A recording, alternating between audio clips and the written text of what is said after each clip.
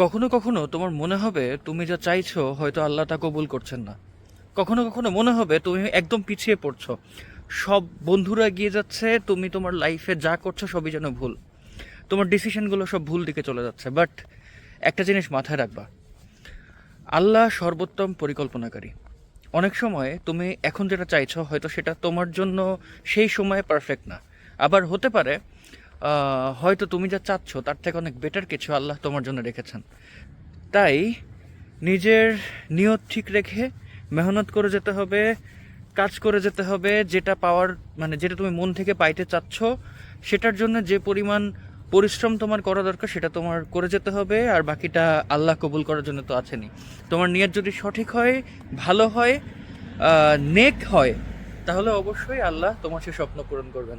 Just wait করতে থাকো, কাজ করে যাও, এই আর কি। Bye bye.